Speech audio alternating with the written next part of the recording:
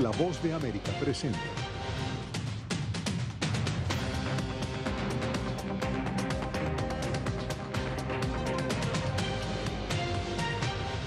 Foro de La Voz de América desde Washington. Les saluda Gonzalo Abarca. En Estados Unidos, la aprobación final de la vacuna Pfizer-BioNTech contra el COVID-19 por parte de la Administración de Alimentos y Medicamentos, la FDA, se da en momentos del regreso a clases presenciales en varios estados del país. Esta acción inicia una serie de mandatos con repercusiones incluso internacionales. Para muchos, la ciencia ha hablado, pero para otros, aún hay interrogantes. Muchos se preguntan el por qué, pese a la aprobación, se deben mantener los protocolos de seguridad y restricciones con el uso de las mascarillas o el tapabocas y el distanciamiento físico. Sí, ¿por qué?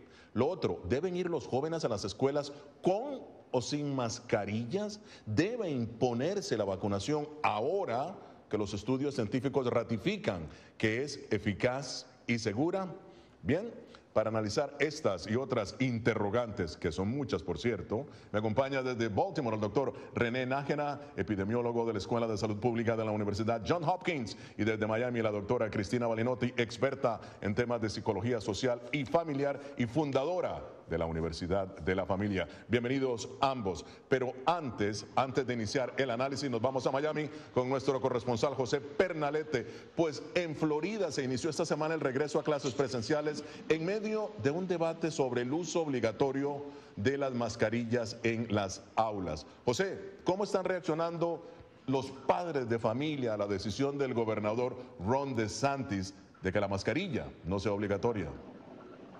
En su mayoría, la gran mayoría de los padres y representantes, Gonzalo y amigos de la audiencia, así como los invitados en el programa de hoy, han desafiado la decisión de la gobernación del estado de Florida en dejárselo a los padres y han enviado a todos sus niños con la protección, con la debida utilización de la mascarilla, puesto que reconocen los datos que provienen de los estudios científicos que previene el contagio de COVID-19. Gonzalo. Ahora, José, vamos a ver, las juntas escolares han sido amenazadas por el propio gobernador DeSantis, escucha esto, de recibir sanciones si obligan a los alumnos a usar el tapabocas en la escuela. ¿Qué dicen las autoridades de salud del estado entonces? En este caso se apegan a la decisión política de la gobernación. Por fortuna, para las comunidades, la autonomía de las juntas escolares responde a el análisis independiente por parte de las entidades de salud de cada uno de los estados. Es decir, que analizan entonces primero los datos que provienen de los Centros para el Control y Prevención de Enfermedades, así como también los asesores de cada uno de las juntas escolares de los condados acá en el sur de Florida. Gonzalo. Gracias, José Pernalete, desde Miami, que por cierto, Miami es el cuarto distrito escolar más grande de Estados Unidos. Bien, seguimos ahora con nuestros invitados. Doctor René Nájera, ¿qué implica la aprobación total de la vacuna de Pfizer por parte de la FDA? Por cierto, ahora cambia su nombre a Comirnaty. Mira, pues número uno es que confirma lo que ya sabíamos, ¿no? De que millones de personas recibieron la vacuna y se han visto muy pocos efectos secundarios severos. Sí ha habido gente que tiene efectos secundarios como alergias o reacciones mínimas, pero no nada severo. Y esto lo confirma, entonces ya le da un poquito más de legitimidad a la vacuna y para que las personas que pues tal vez estaban así como que sí o no se vacunan, pues como que ya entran en más confianza de la vacuna. Es sobre todo para las próximas evaluaciones de la vacuna que vienen para los más jóvenes, ¿no? Entonces nos da más certidumbre de que cuando se estudien en los más jovencitos, porque ahorita de 12 para arriba solamente se pueden vacunar, cuando se hagan los estudios de 12 para abajo, pues tal vez veamos la misma situación y pues nos da esperanza de que también ellos se puedan vacunar. Ahora, muchos de los estudiantes que regresan a clases son menores de 12 años, como bien lo ha dicho, y por consiguiente no están vacunados. El tema en las escuelas es el uso o no de la mascarilla. Muchos padres insisten en que no es necesaria. Veamos.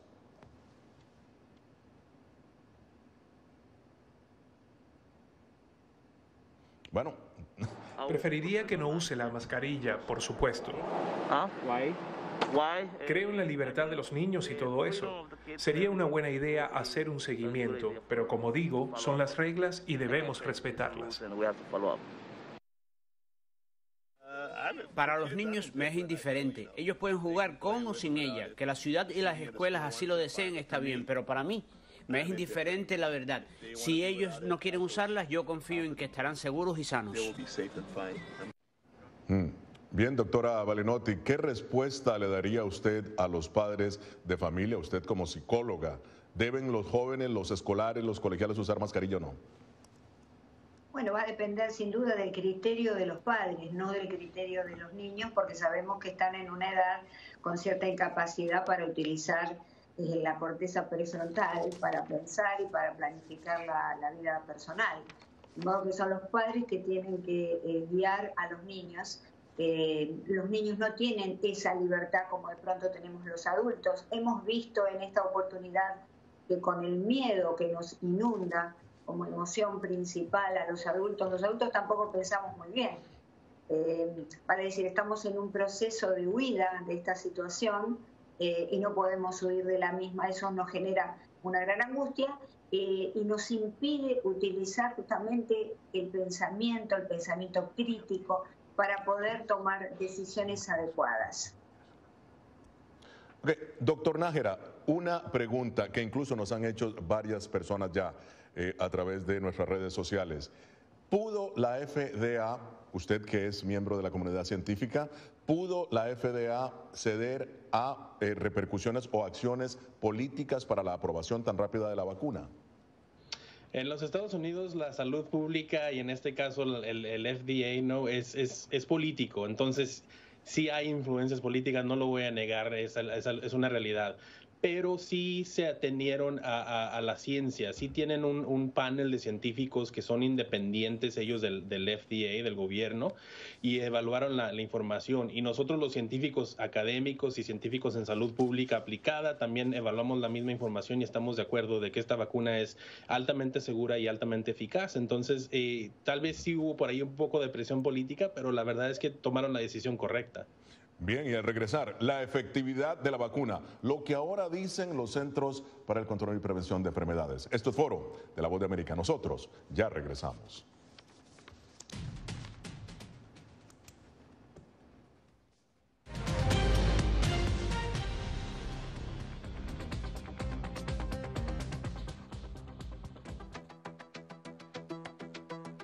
En momentos de crisis políticas y sociales, algunos gobiernos autoritarios recurren al bloqueo del acceso a Internet como herramienta para detener la información que entra o sale de su país. No obstante, existen algunas alternativas que te ayudarán a continuar conectado a la red a pesar de la censura oficial. Una de las más efectivas es el VPN o red virtual privada por sus siglas en inglés. La VPN pretende simular que la persona está en otro lugar del mundo y no en el país que esté restringiendo el acceso a Internet, de manera que es incapaz de detectar esa conexión interna y así se puede utilizar Internet con normalidad. Las ofertas de VPN en el mercado son muchas y las puedes buscar escribiendo las iniciales VPN en los motores de búsqueda, pero es importante descargarla o adquirirla antes de perder la conexión al Internet. Aquí te ofrecemos algunas opciones.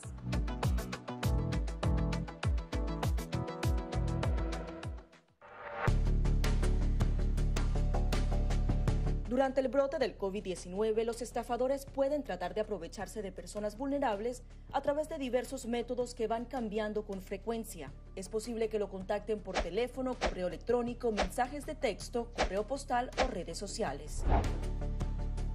Ten cuidado con ofertas de kits de supuestas pruebas caseras, curas milagrosas o pruebas inmediatamente accesibles. Response Act has made coronavirus testing more accessible immediately.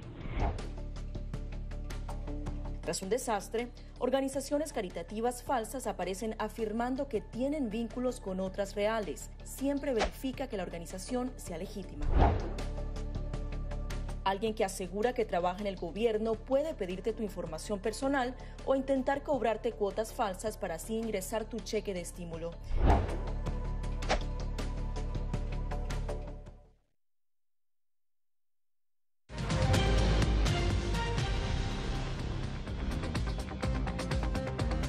Continuamos en Foro de la Voz de América. La FDA aprueba la vacuna de Pfizer-BioNTech contra el COVID-19. ¿Qué implicaciones tiene esta decisión y por qué los vacunados continúan contagiándose del virus? La gran interrogante. Bien, y también continúan con nosotros el doctor René Nájera, epidemiólogo de la Escuela de Salud Pública de la Universidad Johns Hopkins, y la doctora Cristina Balinotti, experta en temas de psicología social y familia y creadora de la Universidad de la Familia. Bien, pero primero vamos a ir a la ciudad de Nueva York, el distrito escolar más grande del país. Ahí se encuentra Laura Sepúlveda. Laura, las autoridades educativas de Nueva York han impuesto la vacunación en los maestros. Los sindicatos critican esta ordenanza del alcalde Bill de Blasio y opinan que es algo que se debió negociar. Bueno, y es que ante esto hay que destacar que las restricciones o el manejo de esta situación se va a dar de manera completamente diferente, porque se obligó, digamos, a esta instrucción de que los maestros deben vacunarse, pero también se habla de una población estudiantil que debería ser inmunizada. Recordemos que los menores de 12 años ya pueden recibir la vacuna. En este momento comienzan a hablarse de todos estos requisitos, de cómo funcionaría el regreso a clases con las personas que, por ejemplo, llegaran a resultar infectadas. En caso de que menores de 12 años llegaran a resultar infectados, pues todos tendrían que entrar en una cuarentena.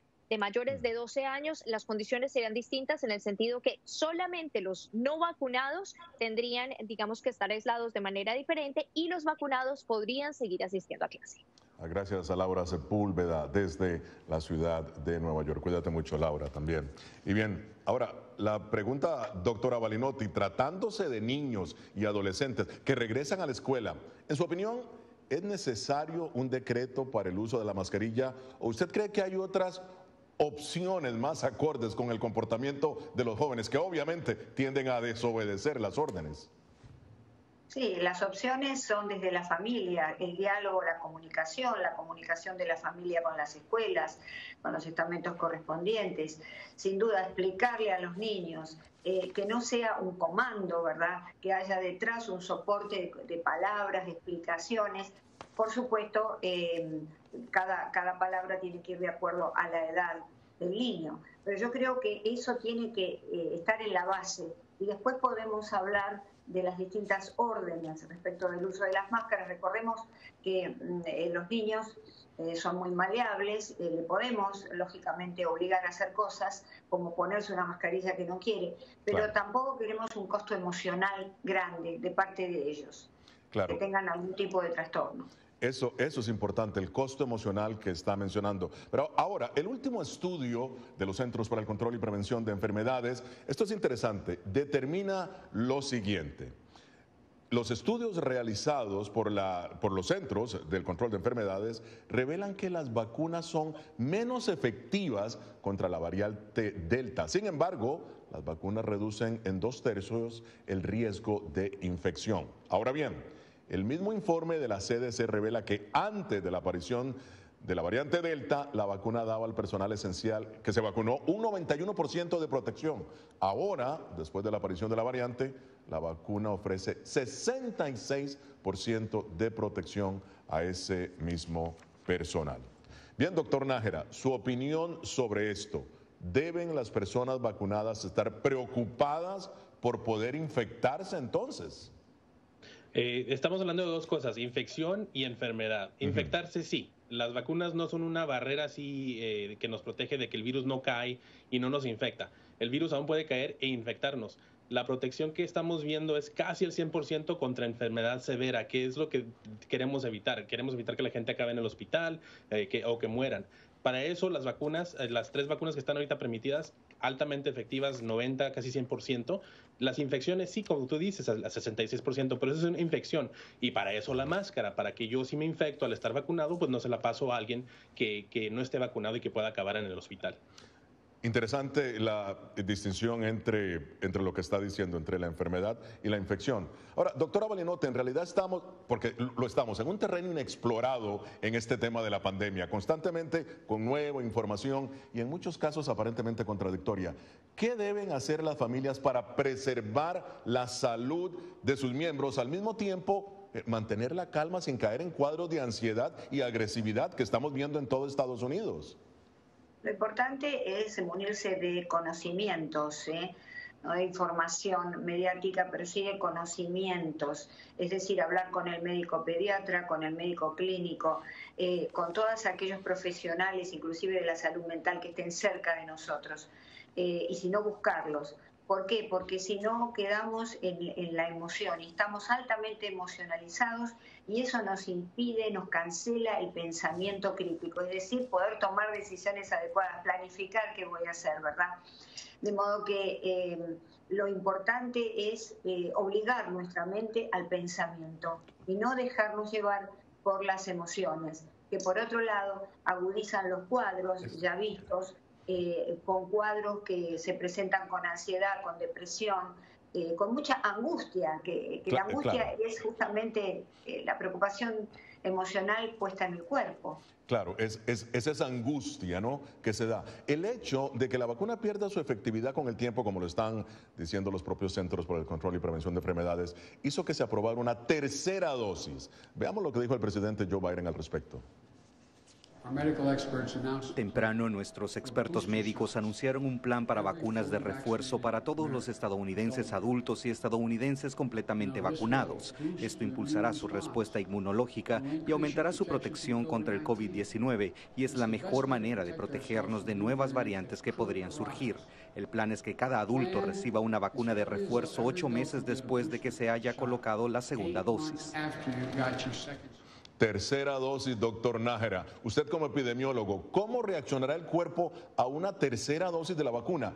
¿Cree usted que la vacuna contra el COVID-19 pueda convertirse en una vacuna anual, como el caso de la vacuna contra la influenza?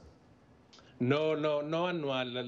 La influenza se cambia, se cambia mutagénamente muy rápido, más rápido que el coronavirus. El coronavirus sí tenemos estas variantes, pero las tenemos porque millones y millones de personas, miles de millones de personas se han infectado y han llevado a ese cambio. Pero con la vacuna, con esta tercera dosis y conforme va pasando la epidemia, la pandemia a nivel global, pues no hay tanta gente que se infecta, no hay tantos cambios y llega un momento en el que ya terminamos con este coronavirus y la vacuna sería solamente necesaria en caso de prevenir epidemias, pero no es como la influenza. La influenza sí la necesitamos cada año porque esa sí cambia mucho. Y luego en el otro lado tenemos las vacunas contra, por ejemplo, el sarampión. El sarampión no cambia, te la dan al año y a los 4 años, se la acabo de dar a mi niña de 4 años y ya no la va a necesitar el resto de su vida. Entonces, estamos en un punto medio entre esos dos tipos de viruses. Muy bien, esto es Foro de la Voz de América. Nosotros ya regresamos.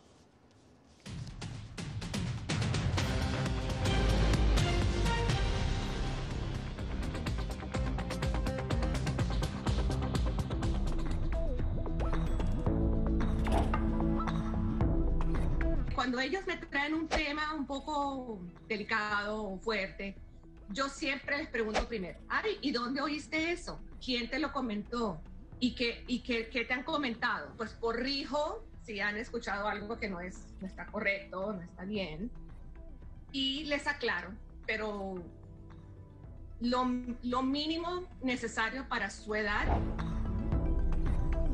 Enfócate en que tu hijo se sienta seguro y no le ofrezcas más detalles de los que pida. Si ellos preguntan, nosotros siempre les hemos respondido con la verdad, pero a su edad. Finalmente, di cosas específicas que tu hijo pueda hacer para que sienta que tiene el control. Por ejemplo, enséñale que lavarse las manos con frecuencia lo puede ayudar a mantenerse sano.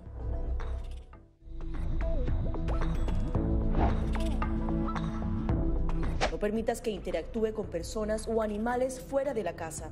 Si una persona de la casa se enferma, evita que tenga contacto con tu mascota. Designa a un miembro de la familia o un amigo para cuidar a tu mascota a corto o largo plazo en caso de que tú no puedas. Limpia sus patas una vez que regreses a casa, pero no uses productos tóxicos para ellos como toallitas desinfectantes. Usa champú para bebés y aceite de coco en sus patas si notas picazón o sequedad. Prepara un kit de emergencia que incluya un suministro de medicamentos por 30 días y al menos 2 semanas de alimentos y otros suministros. Asegúrate de que todas las mascotas lleven collares y etiquetas con información actualizada como nombre, número de teléfono y necesidades médicas urgentes.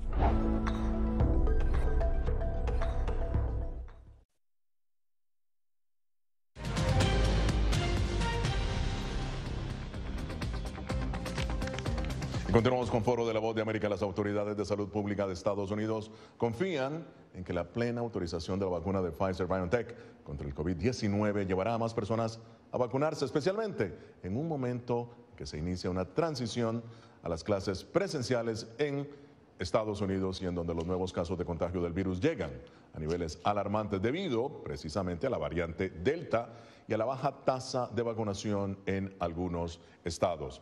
Y bien, continúa con nosotros el doctor René Nájera, epidemiólogo de la Escuela de Salud Pública de la Universidad Johns Hopkins, y la doctora Cristina Balinotti, experta en temas de psicología social y familia. Pero antes de iniciar o continuar con este análisis, nos vamos ahora con Arnaldo Rojas desde Houston, Texas. Arnaldo, bienvenido. El gobernador de Texas, Greg Abbott, uno de los más acérrimos oponentes al uso de la mascarilla, Arnaldo. Al uso de la mascarilla obligatoria, él está liderando, fíjate, un estado con uno de los más altos índices de contagio. ¿Qué es lo último que hay sobre todo esto? Gonzalo, ¿qué tal? Bueno, Texas es el segundo estado con el mayor número de contagios en los Estados Unidos después de la Florida. Ayer solamente se reportaron 13.600 nuevos casos, 236 muertes, pero la mayor preocupación es la ocupación hospitalaria. Aquí el 89% de las camas de hospital están ocupadas, casi 14.000 de ellas por pacientes COVID. Y aquí la vacunación, el 46% de la población solamente tiene la vacunación total, las 2 dosis, y cerca de un 56% tienen una dosis. Así que la situación es preocupante en ese sentido. Sí, con 46% solamente, como lo dices tú. En cuanto al regreso a clases, ¿cuál es el panorama en Texas? ¿Qué dicen los padres de familia? ¿Qué están haciendo los maestros, por cierto?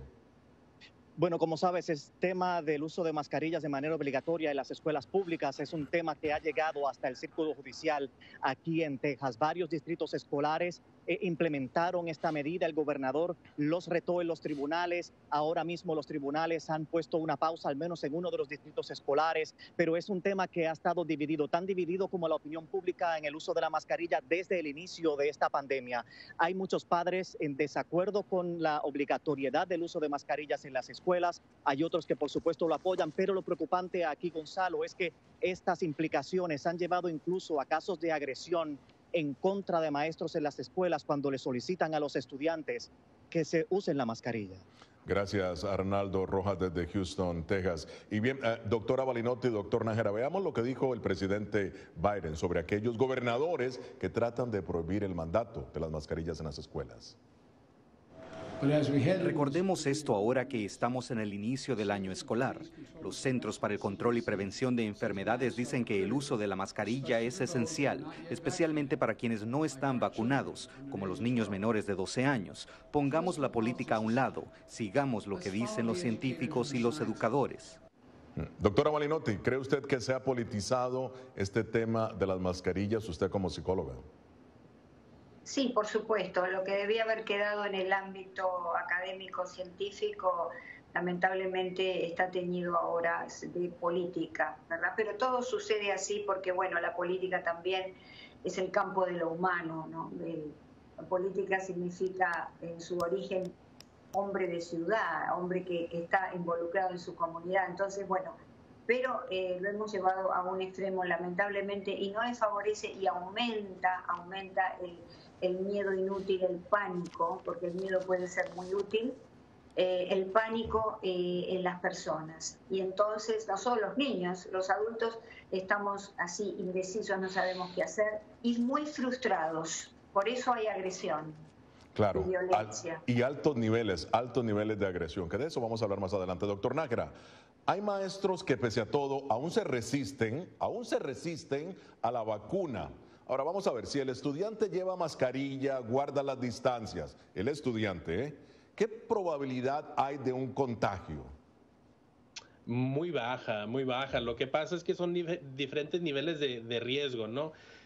El riesgo es el mínimo si los dos, el maestro y el estudiante, usan máscara y los dos están vacunados.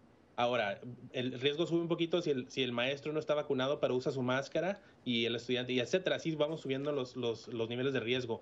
Pero si el estudiante está vacunado y trae su máscara, el riesgo es bajo comparado con el riesgo de que si no estuviera vacunado o no trajera máscara. Las máscaras funcionan, lo hemos estado viendo en todas estas circunstancias, en todos los brotes que hemos visto a nivel local, que las máscaras funcionan para prevenirlos. Entonces es algo esencial y pues por desgracia se ha politizado. Doctora Balinotti, ¿por qué el regreso a clases presenciales en Estados Unidos está tan cargado de agresividad, retomando el tema que usted acaba de tratar? Bueno, la agresividad sabemos que su diferencia con la violencia es que es una defensa. Cuando nos ponemos agresivos, producto de las frustraciones, que queremos defendernos de algo. Nos defendemos inadecuadamente, ¿verdad? Pero es una defensa. La violencia es siempre gratuita y acá en realidad no hay nada gratuito, la gente está con un estado de emocionalidad muy profundo. Recordemos que somos seres emocionales que de paso razonamos y no seres racionales que de paso tenemos emociones. Claro. Es decir, que lo que mueve inclusive a la comunidad científica, tomar la decisión acerca de aprobar una teoría científica, se hace básicamente con el nivel emocional. Claro, claro. Hacemos una pausa y esto es Foro de La Voz de América.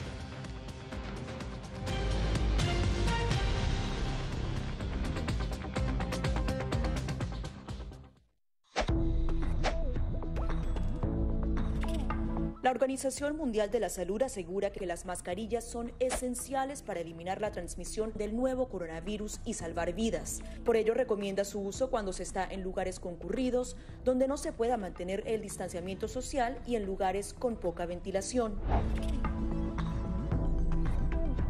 Cuando se habla de mascarillas para protegerse del COVID-19, se refieren generalmente a la mascarilla quirúrgica, el respirador N95 o las de tela. Las mascarillas quirúrgicas planas, rectangulares y desechables protegen al portador de gotas de partículas grandes del virus e impiden que los enfermos la esparzan cuando tosen o estornudan. Los expertos advierten que solo deben ser usadas una vez. El respirador N95, de forma oval y más ajustado a la cara, tiene una válvula de exhalación que ayuda con la humedad y el calor cuando respiramos. Además de filtrar partículas grandes, puede impedir que pase el 95% de las partículas pequeñas de virus y bacterias. Ante la escasez, muchos han recurrido a hacer sus propias mascarillas y, en efecto, los expertos confirman que estas mascarillas caseras pueden ser efectivas. Las mascarillas nos pueden servir como una barrera aislante para las secreciones, pero tener mucho cuidado porque hemos visto gente que usa la mascarilla, pero al acomodarse la mascarilla se está tocando la cara. Y eso es justamente lo que queremos evitar, es que la gente se esté tocando la cara en estos momentos, porque cuando uno está en lugares públicos puedes estar pasando la mano por una superficie que ha sido tocada por otras personas y que puede estar contaminada y luego sin querer te puedes llevar la mano a la cara. Para más información visita nuestra página web y síguenos a través de las redes sociales bajo @Voz de América.